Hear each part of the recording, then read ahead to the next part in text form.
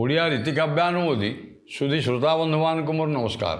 ବନ୍ଧୁଗଣ, ଆଜିର ଆଲୋଚନାର ବିଷୟବସ୍ତୁ ହେଉଛି ବହୁଦିନ ହେଲା ବା ବହୁତ ଦିନ ବ୍ୟବଧାନରେ ଆଜି ଆମେ ସେହି ରୀତି ଯୁଗର ଶେଷ ପର୍ଯ୍ୟାୟର କବି ଯଦୁମଣିଙ୍କର ଗୋଟିଏ କାବ୍ୟ ପ୍ରବନ୍ଧ ପୂର୍ଣ୍ଣଚନ୍ଦ୍ର। ଆପଣମାନେ ଜାଣିଛନ୍ତି ତାଙ୍କର ଦୁଇଟି କାବ୍ୟ, ଗୋଟିଏ ହେଉଛି ରାଘବ ବିଳାସ ଆଉ ଗୋଟିଏ ହେଉଛି ପ୍ରବନ୍ଧ ପୂର୍ଣ୍ଣଚନ୍ଦ୍ର। ରୁକ୍ମିଣୀ ବିବାହ ତାକୁ କହୁଛନ୍ତି, ପ୍ରବନ୍ଧ ପୂର୍ଣ୍ଣଚନ୍ଦ୍ର।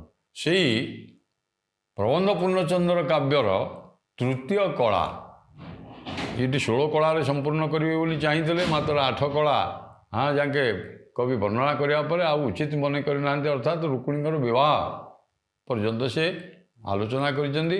ତେଣୁ କାବ୍ୟଟି ଅସମାପ୍ତ ବା ଅସମ୍ପୂର୍ଣ୍ଣ ଥିଲେ ମଧ୍ୟ ଅତି ଆଦର ଲାଭ କରିଛି, ଜନାଦୃତି ଲାଭ କରିଛି। ଆପଣମାନେ ବିଶେଷତଃ ଓଡ଼ିଶାର ଯେଉଁ ପାଲାକାରମାନେ ଗାଉଛନ୍ତି, ଏବେ ବିଶେଷ କରି ଯେଉଁ ପାଲାକାର